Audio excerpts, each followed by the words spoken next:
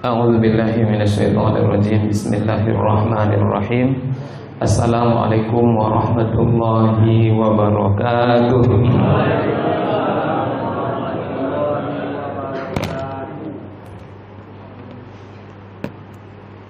Alhamdulillahi rabbil alamin. Alhamdulillahilladzi khalaqas samawati wal ardh wa ja'ala az-zulumati wan nur. Nasyhadu an la ilaha illallah wa nasyhadu anna Muhammadan 'abduhu wa rasuluh.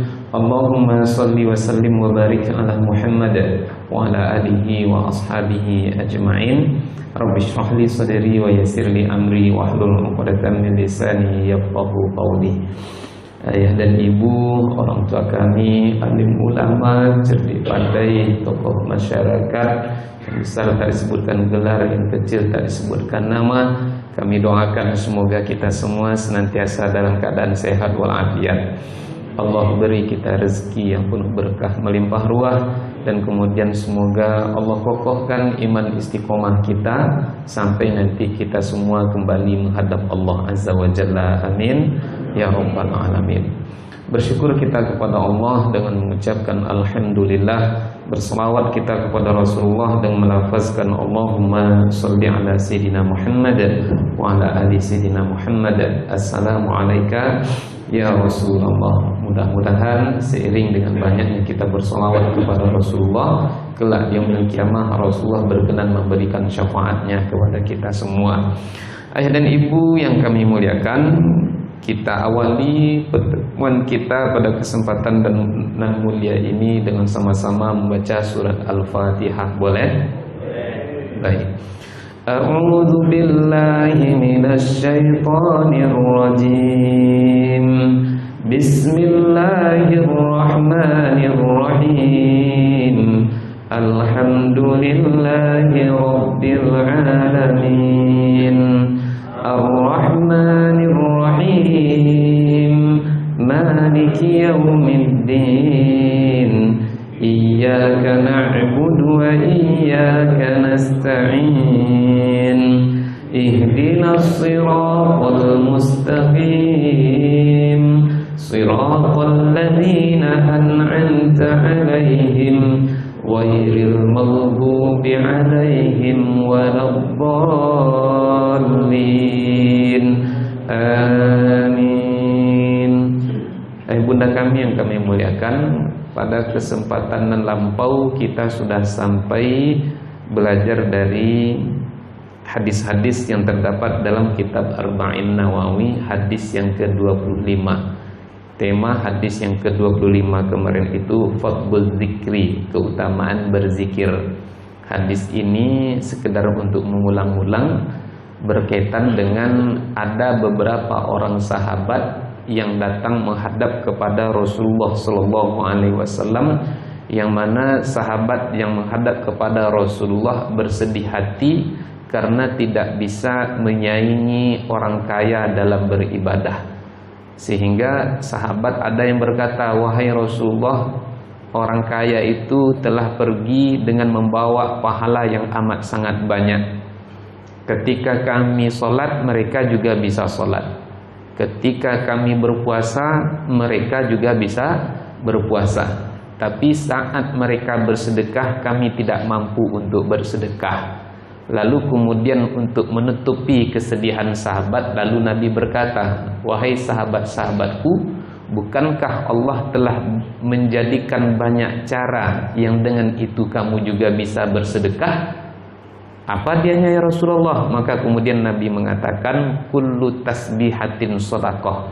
Setiap tasbih itu adalah sedekah. Wa kullu takbiratin shadaqah. Setiap takbir itu adalah sedekah. Wa kullu tahmidatin shadaqah. Setiap tahmid itu sedekah. Wa kullu tahlilatin shadaqah. Setiap tahlil itu sedekah. Wa amrun bil ma'rufi shadaqah. Engkau mengajak orang kepada yang baik itu sedekah. Wa nahyun an munkarin shadaqah. Dan engkau melarang orang dari berbuat yang tidak baik itu juga sedekah. Wa fi bud'i ahadikum shadaqah. Dan pada apa yang ada antara pusat dan lututmu itu juga bisa kamu bersedekah. Jadi yang sedekah Nabi katakan tasbih sedekah, tahmid sedekah, takbir sedekah, tahlil sedekah, amar ma'ruf, nahi mungkar sedekah, kemudian bahkan pada apa yang ada antara pusat dan lutut kita itu juga kita bisa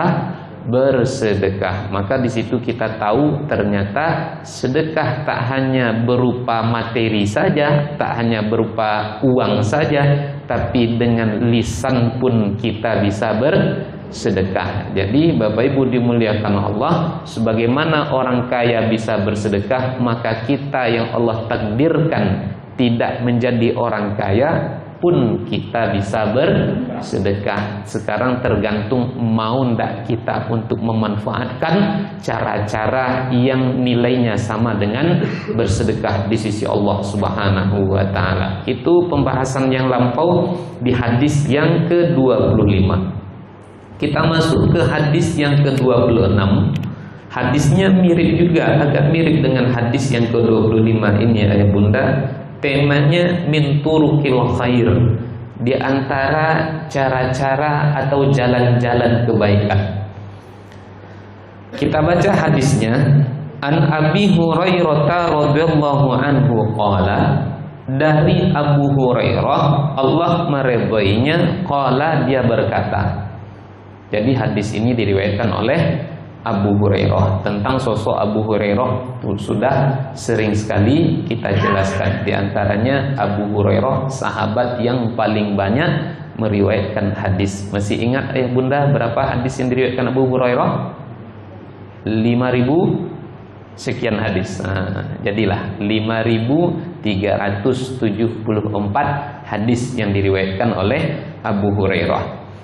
Qala Rasulullah sallallahu alaihi wasallam, kata Abu Hurairah, Rasulullah sallallahu alaihi wasallam bersabda, kullu sulama minan nasi alaihi shadaqah. Setiap sendi yang ada pada tubuh manusia itu maka wajib atasnya untuk bersedekah. Kullu yaumin kullu yaumin tatlu'u fihi syamsu, di hari setiap hari matahari terbit di situ, maka anggota tubuh kita itu wajib untuk bersedekah. Ta'dilu bainatsnaini shadaqah, engkau berlaku adil antara dua orang insan yang bertikai. Dan juga maknanya engkau mendamaikan dua orang insan yang bertikai, itu juga sedekah. Wa tu'inur rajula fi dabbatihi fatahmiluhu 'alaiha aw tarfa'u lahu 'alaiha mata'ahu shadaqah. Engkau menolong seseorang untuk naik ke atas kendaraannya, dan engkau menolong dia, membantu dia untuk mengangkatkan barang-barangnya ke atas kendaraannya, sedekah. Itu juga sedekah. Wal kalimatu thayyibatu sedekah, dan kalimah-kalimah thayyibah itu juga sedekah.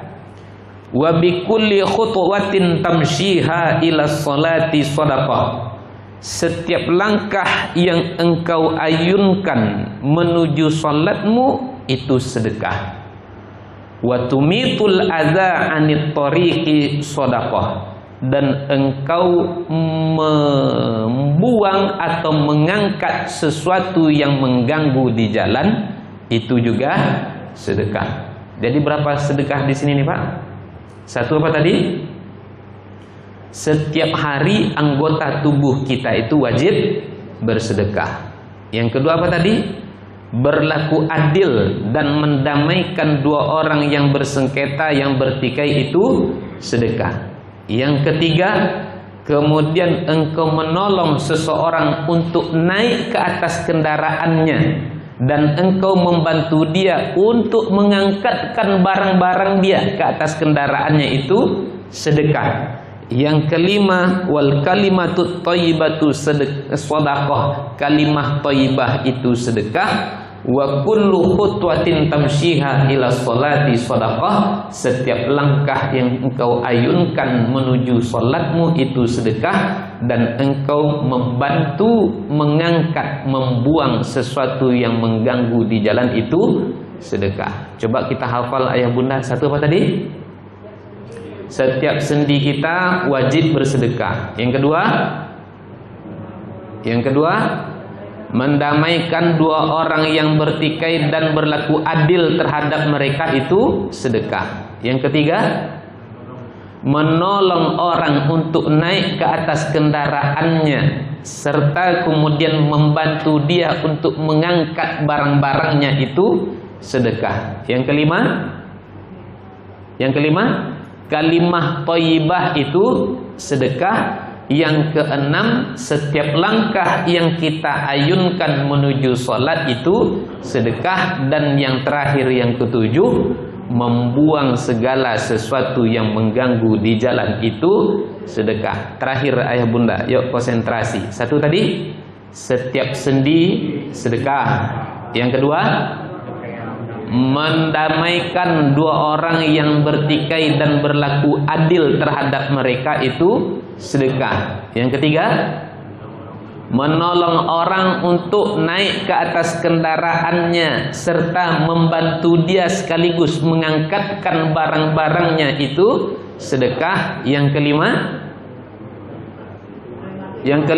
kalimah thayyibah itu sedekah. Yang keenam, langkah yang kita ayunkan menuju sholat kita itu sedekah. Dan terakhir yang ketujuh, membuang segala sesuatu yang mengganggu di jalan itu adalah sedekah. Maka dari hadis ini kita tahu lagi ayah bunda, sebagaimana di hadis yang ke-25, ternyata pintu-pintu kebaikan itu yang dinilai oleh Allah sama dengan sedekah itu teramat sangat banyak sekali. Pintu-pintu kebaikan yang dengan itu kita masuk ke dalam surga begitu mudah dan begitu banyak. Tapi kadang-kadang sayang, 1000 kali sayang, ada orang yang memperbodoh dirinya. Tak mau dia mencari pintu surga, tapi justru pintu neraka yang mahal mau dia berkorban untuk mendapatkannya. Contoh ayah bunda, kita duduk dalam majelis ilmu ini berbayar atau gratis? Gratis. Kita berzikir tadi, kita sholat tadi, bayar atau gratis? Gratis. Di tengah banyaknya majelis ilmu, di tengah banyaknya pintu kebaikan, masih ada juga orang yang ogah-ogahan. Tapi kemudian sebaliknya, ada orang yang memperbodoh dirinya, dia beli neraka justru dengan harga yang mahal. Mana contohnya ayah bunda dimuliakan Allah? Sampai kemarin saya sempat membaca di media sosial, untuk berzina saja mau orang mengeluarkan sekali kencan 200 juta rupiah. Tapi yang lebih viral itu kemarin 80 juta sekali kencan. Wal'iyazubillah. Untuk karaoke bayar atau gratis? Bayar. Kalau ngaji? Gratis. Nggak mau orang baca Quran. Itu pun alhamdulillah untung ada wirid yasinan. Kalau tak ada wirid yasinan, mungkin barangkali Al-Quran itu tak akan terbaca sama sekali. Maka lanjutkan yasinan bunda-bunda itu. Wirid yasinan lanjutkan. Mabuk-mabukan? Bayar. Narkoba? Bayar. Bahkan nyawa jadi taruhannya. Bahkan harga diri dan jabatan yang menjadi taruhannya. Mohon maaf, yang kemarin viral, berapa bintang di pundaknya, akhirnya menjadi pengedar narkoba pula. Sudah mendapatkan gelar kehormatan dari adat Minangkabau. Jadi pengedar narkoba juga. Tidak puas dengan apa yang ada. Walhasil informasi terakhir yang saya dapatkan divonis hukuman mati kalau saya tak salah. Terakhir itu berita yang saya dapatkan. Wallahu alam, berita kelanjutannya saya tidak tahu. Pintu surga mudah, banyak orang yang enggan. Tapi pintu neraka yang sulit bahkan berbayar, terkadang orang mau mati-matian untuk mendapatkannya. Ini yang pertama, makna di balik hadis ini ayah bunda, pintu kebaikan itu teramat sangat mudah. Dan kemudian di balik hadis ini kita coba urai satu persatu lebih rinci, ayah bunda dimuliakan Allah. Kata Nabi, setiap sendi kita selagi matahari terbit itu wajib untuk bersedekah. Maka hadis yang diriwayatkan oleh Aisyah bahwasanya Rasulullah bersabda, innahu khuliqa kullu insanin min bani adama ala sittina wa salasa mi'ati mafsilin. Sesungguhnya diciptakan setiap manusia, anak Adam maksudnya, itu sendinya berjumlah 360. Maka kemudian diteliti oleh ahli kesehatan, ayah bunda, ternyata memang sendi kita itu ada 360. Begitu ternyata, ayah bunda dimuliakan Allah, banyak yang dikatakan Nabi hari ini perlahan demi perlahan mulai terbukti. Jadi Nabi itu kan berbicara bukan atas kehendak hawa nafsunya, tapi atas kehendak wahyu dan bimbingan dari Allah Subhanahu wa ta'ala. Apa yang Nabi katakan akan terjadi. Dulu Nabi katakan di ketika perang Ahzab, perang Khandaq itu, kan ketika mendapati ada satu batu yang besar, lalu kemudian sahabat kesulitan untuk memecahkan batu itu karena mau menggali parit. Lalu kemudian turun tangan Nabi, lalu kemudian Nabi ambil palu yang besar, lalu kemudian Nabi pukulkan ke batu itu. Suatu saat Rum akan ditaklukkan. Suatu saat Persia akan ditaklukkan. Sebagaimana juga Al-Quran menegaskan, wulibatir Rum, nanti negara Romawi itu akan ditaklukkan. Kenyataannya ayah bunda, ditaklukkan negara Romawi, ditaklukkan negara Persia, ditaklukkan. Bahkan juga Nabi pernah berkata, lataftahunnal Konstantiniyah, suatu saat nanti Konstantinopel itu akan kalian taklukkan. Kenyataannya berakhir juga bahwasanya Konstantinopel ditaklukkan. Tapi secara tidak langsung Nabi itu tak hanya berbicara dalam lingkup akidah, Nabi tak hanya berbicara dalam ruang lingkup ibadah, tapi Nabi juga berbicara dalam ruang lingkup ilmu pengetahuan. Jadi menjadi muslim itu tak hanya kita fokus untuk sholat, tak hanya fokus untuk beribadah saja, tapi harus fokus juga untuk menggali ilmu pengetahuan. Nah, manusia itu diciptakan dengan 360 sendi, kata Rasulullah Shallallahu Alaihi Wasallam. Lalu kemudian Abu Dzar berkata bahwasanya Rasulullah bersabda, yusbihu ala kulli sulama min ahadikum shadaqatun. Setiap pagi sendi-sendi kamu itu harus wajib baginya untuk disedekahkan. Sendi kita yang jumlahnya berapa tadi Pak? 360. Wajib sendi kita itu untuk bersedekah. Lalu lebih lanjut Nabi katakan, kullu tasbihatin sedekah, setiap tasbih sedekah, wa kullu tahmidatin sedekah, setiap tahmid sedekah, wa kullu tahlilatin sedekah, setiap tahlil sedekah, wa kullu takbiratin sedekah, setiap takbir sedekah, wa amrun bil ma'rufi sedekah, engkau menyuruh kepada yang ma'ruf sedekah, wa nahyun an munkarin sedekah, engkau melarang dari yang mungkar sedekah, wa yujzi'u min dzalika rak'atani yarka'uhuma minad duha. Itu semua bisa dicukupi atau bisa diganti dengan engkau melaksanakan sholat duha sebanyak 2 rakaat, kata Nabi. Tasbih, tahmid, takbir, tahlil, amar ma'ruf, nahi mungkar, semuanya sedekah. Dan itu semua bisa terganti dengan cara apa? Dengan cara sholat duha walau hanya 2 rakaat saja. Maka usahakan ayah bunda, yang sendi kita yang kata Nabi wajib untuk disedekahkan setiap pagi itu, usahakan jangan pernah tinggalkan untuk melaksanakan sholat duha. Berarti kalau kami sudah sholat duha, tidak perlu lagi tahmid, takbir, tahlil, tasbih, amar ma'ruf, nahi munkar. Tidak begitu juga. Sama dengan hadis Nabi, kan Nabi katakan, man shollat subha fi jama'atin, siapa yang sholat subuh berjamaah, Summa qa'ada yazkurullah, setelah sholat subuh berjamaah kemudian dia duduk berzikir, baca Al-Quran, majlis ilmu, hatta tatlu asyams, sampai terbit matahari. Faqama rak'atan, lalu dia sholat sunat 2 rakaat.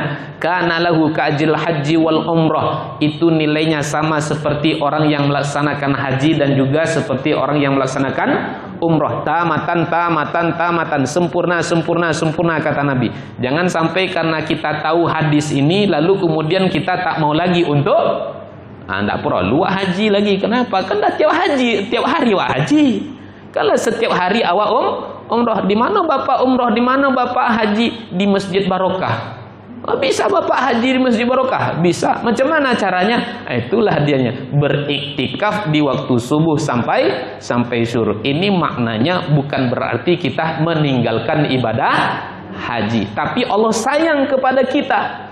Kita yang Allah takdirkan belum memiliki harta untuk melaksanakan haji, maka Allah takdirkan ada satu amalan yang nilainya sangat sama dengan amalnya orang yang melaksanakan haji dan menunaikan umroh. Apa dianya? Beriktikaf di waktu subuh, kemudian ditutup dengan sholat sunnah 2 rakaat yang sering juga kita kenal dengan istilah sholat sunnah isyraq. Nah, ayah bunda dimuliakan Allah. Jadi anggota tubuh kita sendinya yang 360 tadi, yang kata Nabi wajib untuk bersedekah, salah satunya dengan cara apa tadi? Sholat duha 2 rakaat. Dan maknanya juga ayah bunda dimuliakan Allah, mengisyaratkan kepada kita wajib bersyukur atas nikmat sehat yang Allah berikan. Wajib bersyukur atas nikmat sehat yang Allah berikan. Ayah bunda yang dimuliakan Allah, masing-masing kita Allah lebihkan nikmatnya itu berbeda-beda. Ada orang yang Allah lebihkan nikmat dari sisi kekuasaan. Ada orang yang Allah lebihkan nikmat dari sisi kesehatan, kekuatan. Ada orang yang Allah lebihkan dia nikmat dari sisi ilmu pengetahuan. Ada orang yang Allah lebihkan nikmat kepadanya dengan harta kekayaan. Jadi apakah semuanya sama syukurnya bunda? Tidak sama. Sederhananya, sama syukurnya seekor semut dengan seekor gajah? Sama syukurnya orang kaya dengan orang tak berpunya? Sama syukurnya penguasa dengan rakyat jelata? Tidak sama. Sama syukurnya orang sakit dengan orang sehat? Tidak sama. Orang yang sakit mungkin dia syukur kepada Allah, sholat 5 waktu, banyak dia zikir, alhamdulillah, barangkali cukup. Tapi kalau kita sehat bersyukur dengan sholat 5 waktu, banyak zikir, alhamdulillah, cukup? Tidak cukup. Terus bagaimana nikmat sehat itu kita lakukan? Jagalah yang qobliyah, istiqomahlah dengan ba'diyah, lakukanlah sholat sunat duha, dan jangan tinggalkan sholat tahajud dan juga sholat witir. Mohon maaf ayah bunda, jangan lagi kita badan sehat, badan kuat, tapi tengah malam masih menjadi bangkai di hadapan Allah Ta'ala. Kapan kita menjadi bangkai? Badan sehat, badan kuat, tapi di waktu malam tak mampu tahajud walau hanya 2 rakaat saja. Kapan kita menjadi bangkai? Badan sehat, badan kuat, tapi di waktu malam tak mampu witir walau hanya 1 rakaat saja. Kapan kita menjadi bangkai? Ketika subuh datang kita tidak mampu berjamaah. Nah, yang wajib disedekahkan anggota sendi, anggota tubuh kita tadi dengan cara sholat sunat duha 2 rakaat, dan juga seiring dengan itu maknanya bersyukurlah kita atas nikmat sehat yang Allah berikan pada diri kita. Kemudian apa makna di balik hadis ini bunda yang dimuliakan Allah? Hadis ini mengingatkan kepada kita adanya perintah untuk menegakkan keadilan. Kan kata Nabi tadi, ta'dilu bainasnaini shadaqatun. Engkau berlaku adil antara 2 orang yang bertikai, itu sedekah. Pentingnya menegakkan keadilan. Maka bagaimana cara kita berlaku adil? Maka setiap masalah yang kita hadapi, kembalikanlah kepada hukum Allah. Kenapa? Tak ada yang paling adil, tak ada yang paling bijak melainkan hukum Allah. Makanya kita kita tengok dalam bab hudud ayah bunda yang dimuliakan Allah, Al-Quran contohnya menegaskan mata dibayar dengan mata, hidung dibayar dengan hidung, wal uzuna bil uzuni, telinga dibayar dengan telinga, wal juruha qisas, setiap goresan luka yang pernah kita torehkan pada orang lain itu ada qisasnya.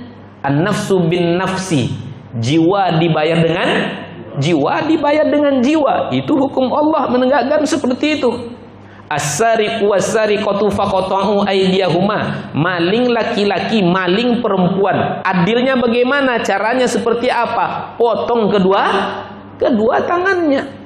Adilnya hukuman bagi para pelaku zina, bagaimana caranya? Az-zaniyatu waz-zani fajlidu kulla wahidin minhuma mi'ata jaldah. Pezina perempuan, pezina laki-laki, maka kemudian dia didera sebanyak 100 kali kalau sama-sama belum menikah. Kalau sudah menikah, bagaimana hukum yang adilnya? Maka dia dirajam sampai mati. Itu ternyata semakin hari kita tengok bukannya semakin berkurang, bahkan semakin menjamur. Kenapa kemudian praktek perzinaan itu kemudian semakin hari semakin merajalela?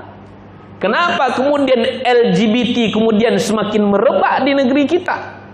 Bahkan di negeri Melayu, negeri yang adatnya bersandikan syarak, syaraknya bersandikan kitabullah, semakin merebak kasus-kasus korupsi. Ya, kenapa orang tak takut-takut untuk korupsi?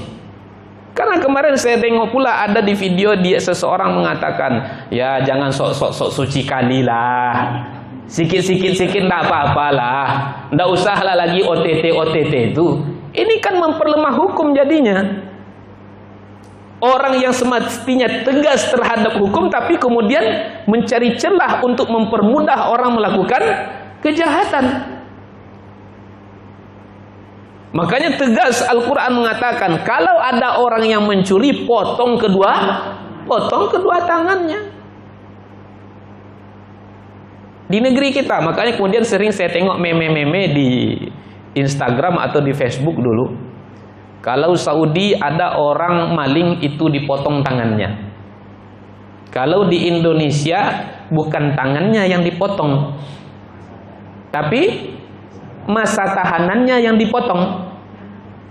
Kadang-kadang dapat fasilitas pula jalan-jalan sampai ke luar negeri. Kan kemarin sempat kita tengok di Najwa Shihab. Ya kan, masuk dia ke penjara, ada AC-nya, kasurnya empuk, ada televisinya, ada kulkasnya dengan segala fasilitas yang ada. Makanya orang tak takut-takut untuk mencuri. Berzina semakin merebak hari ini. Kan kemarin kita dapati viral di media sosial, ratusan siswi di salah satu kabupaten minta dispensasi agar diberikan keringanan menikah dalam usia yang diperlemah.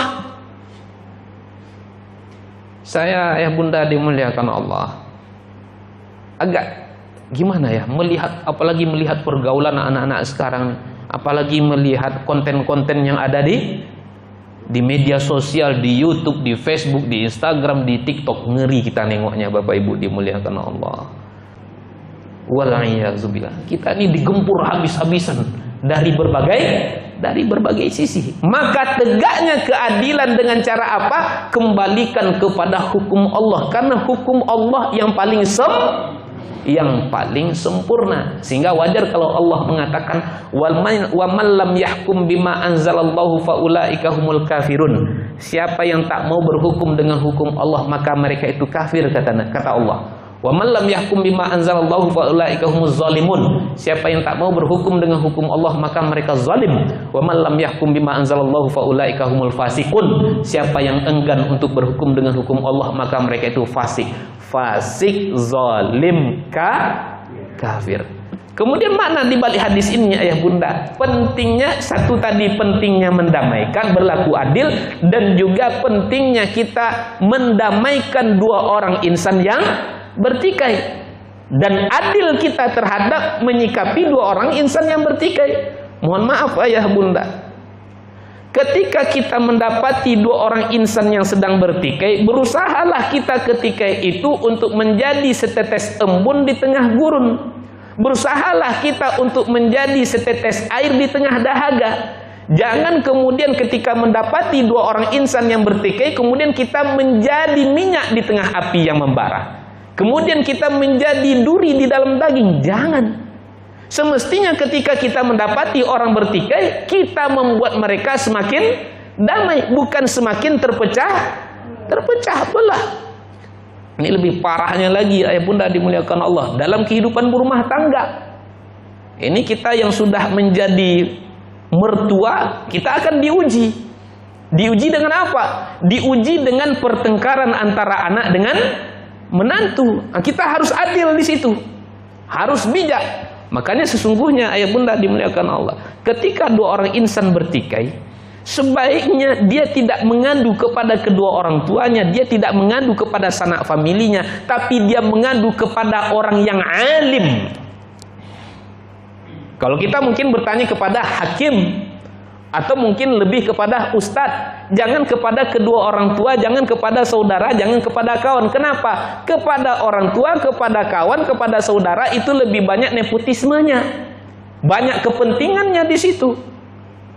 Makanya kadang-kadang sempat saya tengok ayah bunda sekilas, itu tingginya kasus perceraian antara dua orang insan itu bukan karena mereka, yang masalah mereka sebenarnya tak banyak, tak besar. Tapi masalah terbesarnya di mana? Orang tua, saudara yang tidak bijak menyikapi dua orang insan yang bertikai. Bertengkar anak dengan menantu. Bodohang.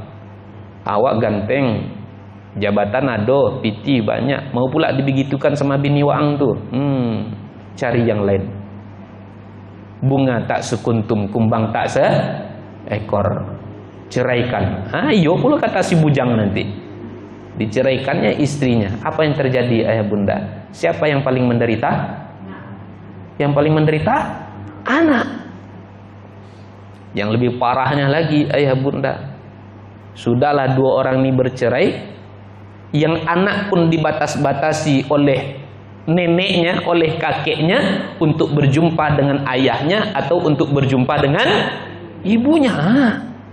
Karena ego sendiri akhirnya orang lain menjadi korban. Dan kadang-kadang ayah bunda kita dapati anak itu kan kadang-kadang ada yang tipenya pebapak dan tipenya pemama. Paham ayah bunda maksud saya? Ada kadang-kadang tipenya dua-duanya. Dia harus selalu berada dekat ayahnya atau selalu dekat ibunya, atau dia harus berada dekat dua orang ini sekaligus. Tidak bisa jauh-jauh. Kalau terpisah, pernah suatu ketika ayah bunda, karena anak saya termasuk dia dekat dengan saya, suatu ketika istri ada keperluan ke Padang, sehingga saya tak bisa untuk pergi ke Padang karena ada aktivitas yang tak bisa saya tinggalkan. Ya udahlah, adik aja lah berangkat ya sama si abang. Akhirnya berangkatlah dia. Karena ini anak tak biasa jauh dari saya, si kecil itu di abang dia bawa. Akhirnya sampai di Padang, sehari sampai di Padang demamlah dia. Kalau dia demam dikasih obat-obat yang biasa dia demam, itu selesai sudah masalah. Ini sudah obat demam yang biasa dia dikasih itu enggak mempan-mempan. Akhirnya kata istri, ditelepon saya, "Assalamualaikum bang, iya, nampaknya adik ini rindu sama abang agaknya nih. Rindu nampaknya." Malam itu juga berangkat saya ke Padang. Besoknya sampai di Padang, yang tadinya lemas, tak semangat, baru saya sampai di pintu, berlari dia mengejar saya. Hilang sakitnya. Bunda dimuliakan Allah. Itulah obat yang takkan mampu diberikan oleh sehebat apapun keilmuan seorang dokter sehebat apapun keilmuan seorang profesor. Obatnya tak di situ, obatnya tidak di pil-pil yang ada, tapi obatnya di mana? Ketika dia berjumpa dengan ayahnya atau ketika dia berjumpa dengan ibunya. Makanya kadang-kadang bunda dimuliakan Allah, bisa teleponan, dek bisa. Kalau anak-anak usia 1 tahun, 2 tahun, kalau rindu, apa yang mereka cakapkan? Sehingga ada yang diinginkan, tapi kita tidak memahaminya dan tertahan-tahan. Itulah yang menyebabkan mereka sakit-sakitan menjadi korban. Maka ingat, kalau ada seseorang karena dia orang bukan semakin damai, tapi justru semakin bertikai. Lebih parah lagi dalam kehidupan berumah tangga, karena seseorang, dua orang insan yang telah diikat dengan tali pernikahan, kemudian berpisah, mohon maaf, bercerai dia, maka pekerjaan orang tadi tak obahnya seperti pekerjaan setan. Karena satu pekerjaan setan yang diabadikan di dalam Al-Quran, yufarriquna bihi bainal mar'i wa zawji. Setan akan berusaha untuk memisahkan dua orang insan yang telah diikat dengan tali pernikahan. Maka kalau ada orang yang gara-gara dia orang lain bertikai, orang bercerai, maka sesungguhnya pekerjaannya tak obah seperti pekerjaan, tak saya yang cakap, ayah bunda yang menyampaikan. Nah, pentingnya mendamaikan, pentingnya menegakkan keadilan. Lalu makna di balik hadis ini ayah bunda yang dimuliakan Allah, kata Nabi, wa tu'inu rajulu fi dabatihi, engkau membantu seseorang untuk naik ke atas kendaraannya, atau engkau membantu dia untuk mengangkatkan barang-barang dia, itu juga sedekah. Apa makna tersimpan di balik hadis ini? Anjuran untuk kita mau menjadi orang yang ringan tangan dalam memudahkan urusan orang lain. Makanya kemudian Allah katakan, wa ta'awanu 'alal birri wat taqwa wa la ta'awanu 'alal ismi wal udwan. Tolong menolonglah kamu dalam kebaikan, bantu saudara kita. Maka di sini kita tahu ayah bunda, sedekah tak hanya dengan materi, tapi sedekah tadi dengan apa tadi Bu? Dengan mendamaikan itu kan bisa berupa pikiran. Sekarang kita dengan kekuatan. Makanya mohon maaf ayah bunda, ini sebentar lagi kita kan mau Idul Adha nih. Kita mau korban. Yang punya harta sudah berkorban dengan hartanya.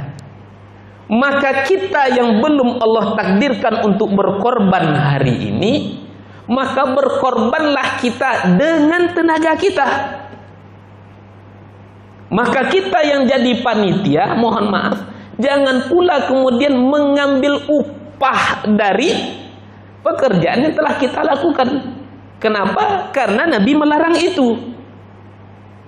Jangan diberikan upah kepada tukang jagalnya, kepada yang mengelolanya. Kenapa? Karena upahnya ada dari kami, kata Nabi Muhammad sallallahu alaihi wasallam. Sudah ada yang berkorban dengan harta, sekarang giliran kita yang belum bisa berkorban dengan harta, berkorbanlah kita dengan tenaga. Mudahkan urusan orang lain.